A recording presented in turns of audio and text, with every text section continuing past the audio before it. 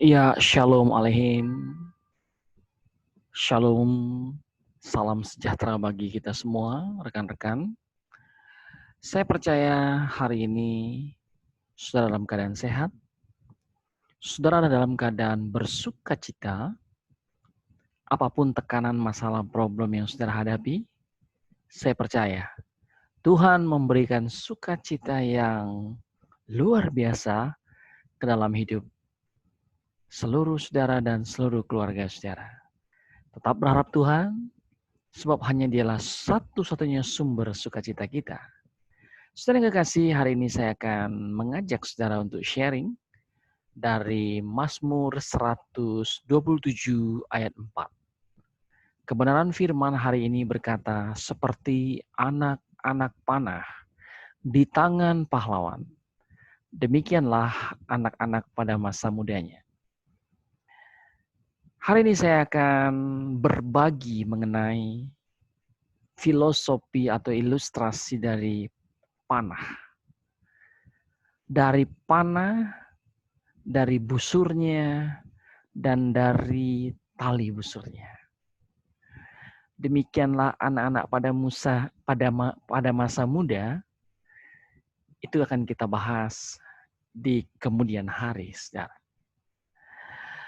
Pada hari-hari ini, tahukah saudara bahwa ada banyak anak-anak Tuhan berkeluh kesah, anak-anak Tuhan mengeluarkan statement atau pernyataan yang tidak membangun ya. Sayangnya itu tidak membangun, tetapi justru pernyataan yang lahir dari rasa ragu. Ya, lahir dari rasa ragu. Barangkali juga bingung. Barangkali juga karena patah harapan, patah semangat. Karena begitu banyak tekanan-tekanan yang mereka hadapi. Ya, ada yang menghadapi masalah PHK. Ada yang menghadapi masalah omset bisnisnya menurun secara drastis. Bingung mau bayar gaji karyawan. Bingung mau bayar supplier. Bingung mau bayar kewajiban bank. Dan segala macam. Ada juga yang kesulitan hanya untuk makan saja susah. Ditambah dengan anak-anak yang masih kecil. Itulah kesulitan-kesulitan yang hari-hari ini banyak, bukan sedikit saudara. Banyak dialami, baik oleh anak-anak Tuhan, ataupun orang-orang yang bukan anak-anak Tuhan, yang bukan Kristen, semua mengalami hal yang sama. Ini adalah masalah dampak sosial, dampak ekonomi, dampak budaya dari pandemi coronavirus yang seluruh dunia, masalah global, seluruh dunia alami. Dan ke depan kemungkinan besar akan datang gelombang kesulitan-kesulitan yang begitu berat. Sebagai ujian bagi saudara dan saya anak Tuhan, untuk tetap mengasihi Tuhan dan untuk tetap bisa berbagi dengan sesama saudara. Di tengah kesusahan, kesulitan, dan kekurangan kita. Untuk terus berserah hanya kepada pemeliharaan Tuhan. Karena pemeliharaan manusia sangat terbatas. Nah, banyak anak-anak Tuhan yang berkeluh kesah, katanya ikut Tuhan mengalami terobosan berkat. Ikut Tuhan mengalami terobosan ekonomi. Katanya ikut Tuhan mengalami pemulihan. Harta kekayaan bangsa-bangsa akan datang kepada kita. Gimana tuh? Katanya ikut Tuhan mengalami mujizat, kesembuhan, mengalami terobosan-terobosan, mengalami transformasi, mengalami pemulihan ekonomi, pemulihan, kesembuhan, kesehatan. Katanya ikut Tuhan, semua masalah akan semakin gampang, semakin enteng. Katanya ikut Tuhan, Tuhan yang berperang di depan kita. Kitanya tenang-tenang saja. Tapi kok kenyataannya hari-hari ini, wow, tidak seperti yang dialami seperti itu. Itulah pengajaran dari sebagian besar gereja-gereja, pengkhotbah-pengkhotbah kemakmuran sejarah yang tidak sepenuhnya berdasarkan firman. Yang dicomot, yang diambil itu yang enak-enaknya saja. Dia nggak ambil bahwa ikut Tuhan itu ada unsur bayar harga, pikul salib, ada tanggung jawab, ada melepaskan diri dari segala sesuatu. Firman Tuhan berkata, barang siapa yang tidak melepaskan diri dari segala sesuatu, dia tidak bisa menjadi muridku. Ya, mati bagi kedagingan itu tidak diajarkan, saudara. Sebab kalau mereka mengajarkan itu, mereka takut kehilangan masa. Tetapi akhirnya kebenaran Tuhan membuktikan bahwa apa yang mereka ajarkan keliru, kata orang Jawa, saudara. Keliru. Ya, keliru. Hari-hari ini semua itu kandas. Ajaran-ajaran itu kandas. Karena memang ikut Tuhan tidak semata-mata saja diberkati, mengalami terobosan berkat, mengalami kesembuhan mujizat. Enggak, saudara. Tuhan juga harus mengajak saudara untuk berproses. Ya, masuk dalam dapur api pemurnian untuk memurnikan saudara. Agar saudara menjadi emas. Ya, yang murni.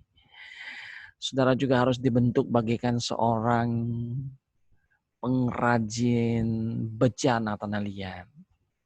Tanah liat itu diaduk, ditepuk, dipukul, ditimpuk, diputer, saudara. Dan setelah terbentuk dibakar. Wow. Tapi hasil akhirnya bejana tanah liat dengan maha karya seni yang hebat.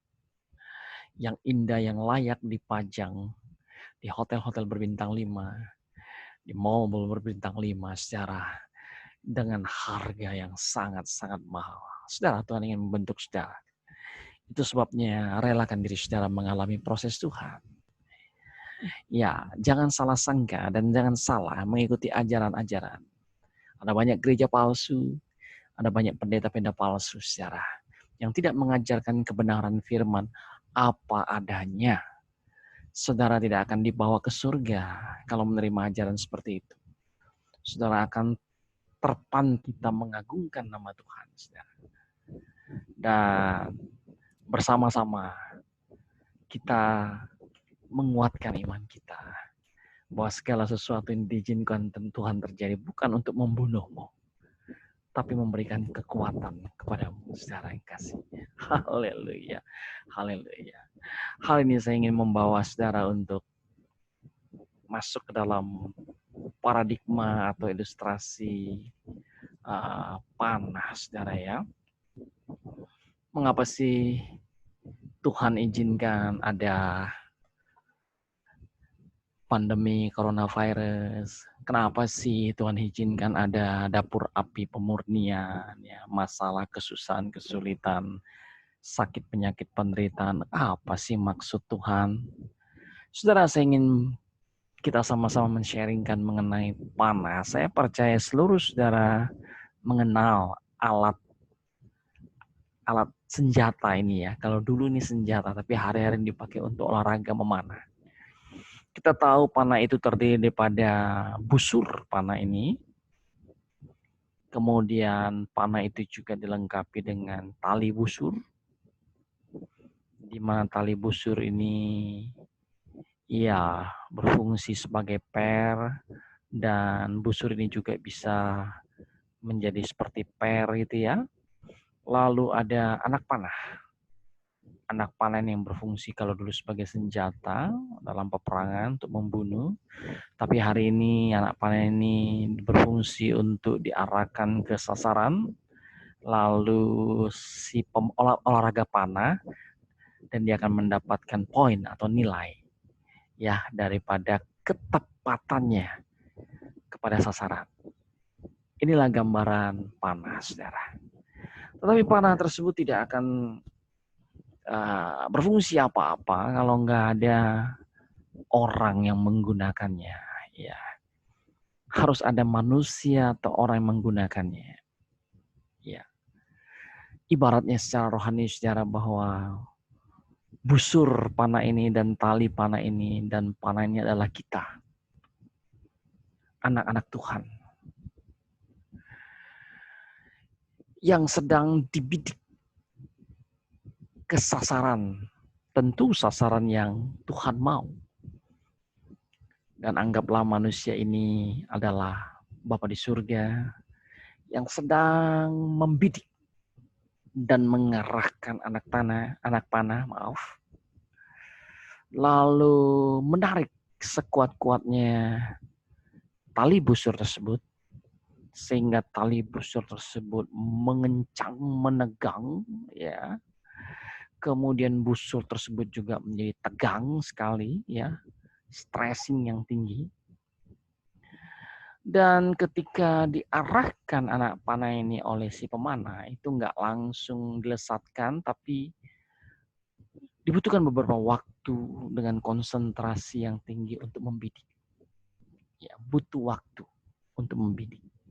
Bisa 5 detik, 10 detik, 15 detik, dirasa tepat. Ya, ini juga the arrow ya. Ya, juga membutuhkan timing, waktu untuk membidik anak panah ke sasaran yang tepat dengan berbagai gaya tentunya. Ya, selalu tidak langsung tapi membutuhkan waktu. Ya, ada waktu untuk membidik. Ya, ini juga alat panah tradisional ya. Juga dibutuhkan waktu untuk membidik, dirasa tepat dengan feeling skill yang tinggi yang sudah terlatih. Setelah itu baru dilesatkan, saudara. Ini juga membutuhkan waktu ya untuk membidiknya.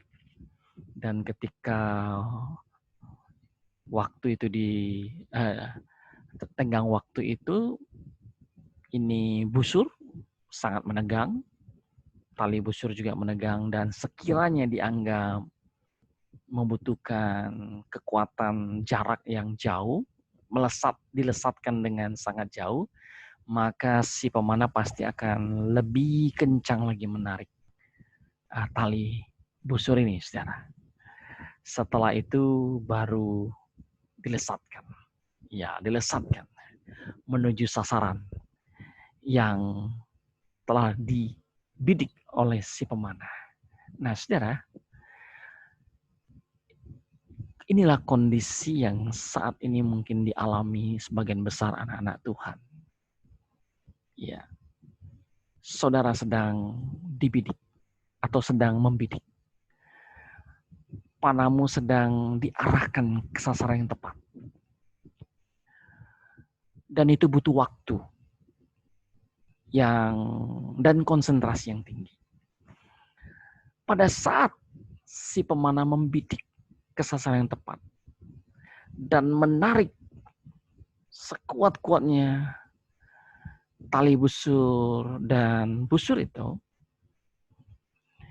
yang kalaulah kita anggap bahwa panah busur dan tali busurnya adalah kita, maka tali busur dan busur ini akan merasa kesakitan karena dia ditegangkan. Ada stressing yang sangat tinggi. Dan dibutuhkan waktu yang sedikit lama untuk menentukan arahnya. Dan jikalau dirasa kurang tenaga, maka tali busur yang oleh si pemanah akan ditarik. Dan itu terasa lebih sakit, saudara. Lebih stressing lagi, dan itu lebih sakit. Itulah keadaan hari-hari ini, saudara, di mana kita seperti yang mengalami stressing, problema, kesusahan, kesulitan, penderitaan sakit penyakit, dikhianati, ya, kegagalan, menghadapi persaingan yang tidak sehat, menghadapi ketidakjujuran, sogok menyogok, itu menyakiti hatimu, menyakiti dirimu. Itu membuat engkau menderita. Secara daging, itu penderitaan. Apalagi jika nama baikmu difitnah, seorang istri diselingkuhi oleh suaminya, orang tua menghadapi pemberontakan anak-anaknya, itu menyakitkan. Tetapi ketahuilah saudara, kalau hal itu diizinkan oleh Tuhan, engkau sedang mengalami situasi sedang membidik sesuatu. Engkau sedang mengalami situasi diarahkan oleh Bapa di surga. Lalu busur dan tali ini ketika si pemanah sedang membidik merasa sakit. Dan dia berkata, komplain jangan. Cepatlah. Sudahilah. Segera. Lepaskan panahnya. Aku sudah tidak tahan. Rasanya stressing ini berat sekali. Menyakitkan sekali. Itulah doa-doa kita kepada Tuhan. Tetapi seolah-olah si pemanah ini tidak mendengarkan komplain, gerutu, usulan doa daripada busur dan tali ini, saudara. Kenapa? Karena dia sedang konsentrasi. Kalau doa-doa saudara tidak dijawab, yang pertama saya mau katakan, kemungkinan besar Tuhan sedang membidik panah saudara ke sasaran yang tepat. Dan kalau saudara terus merasa kesakitan, dan doa-doamu tetap tidak dijawab, itu karena si pemanah sedang konsentrasi yang tinggi untuk mengarahkan panah saudara agar tidak meleset, alias tepat sasaran saudara. Tepat sasaran di sini saudara. Ya. Ada banyak sasaran-sasaran yang tidak diinginkan, sehingga si pemanah harus mengarahkan kepada sasaran yang tepat. Itulah situasinya. Jadi, kalau saudara mengalami situasi yang saya ilustrasikan ini, berbahagialah. Ya, berbahagialah. Tidak untuk selamanya, karena sebentar lagi saudara akan melihat anak panahmu melesat dengan sangat cepat, sangat kuat, semakin kencang stressingnya, semakin ditegangkan stressingnya, itu akan membuat saudara punya energi yang semakin cepat untuk mengenai sasaran. Satu quote saudara, untuk saudara, anak panah akan meluncur dengan cepat setelah proses penarikan mundur yang terjauh. Jadi, jika Anda sedang mengalami proses mundur yang terjauh, percayalah bahwa Anda akan segera meluncur sangat cepat, saudara. Haleluya, haleluya, haleluya. Jadi situasi ini adalah situasi yang akan menguntungkan saudara. Jangan mengeluh, ucaplah syukur, nantikan. Tuhan akan membuat anak panah saudara melesat tepat sasaran. Tujuan hidupmu akan tepat sasaran. Anak-anak muda akan menjadi tepat sasaran masa depannya. Orang-orang tua akan tepat sasaran. Hidupmu menjadi tepat sasaran sesuai sasaran Tuhan. Bukan sasaran dirimu, saudara. Karena sasaran Tuhan itu dimensinya adalah kekekalan. Sementara sasaran saudara dimensinya kefanaan dan dunia ini. Sangat-sangat berbeda. Oleh sebab itu, serahkan kepada Tuhan. Dia mau bidik kemana? kita ini. Jadilah anak panah yang baik, jadilah busur yang baik. Jangan terus-terus komplain, jangan terus salah sangka, jangan terus menggerutu, jangan terus mengeluh, jangan terus keluarkan kata-kata negatif. Sebaliknya, ucapkan syukur, berserah. Iman itu adalah penurutan sepenuhnya kepada kehendak Allah. Turuti kehendaknya, saudara. Bertahanlah. Karena saudara akan melesat dengan sangat cepat, dengan energi yang luar biasa, menuju sasaran. Dan ketika saudara tepat sasaran, saudara akan berbahagia. Saudara akan bersuka cita. Haleluya, haleluya. Biar ini menjadi penghiburan bagi saudara, memotivasi saudara, menguatkan saudara. Sehingga hari ini, saudara berpikir dengan cara yang benar, dan bukan berpikir dengan cara yang salah. Doa saya bagi saudara, supaya saudara semakin hari semakin kuat. Saudara melesatkan anak panah saudara di tangan pahlawan itu, dan saudara mengenai sasaran. Jangan menolak, jangan komplain. Pasti saudara tepat sasaran. Shalom Aleichem. Bet Sema Masya. Tuhan Yesus memberkati. Amin.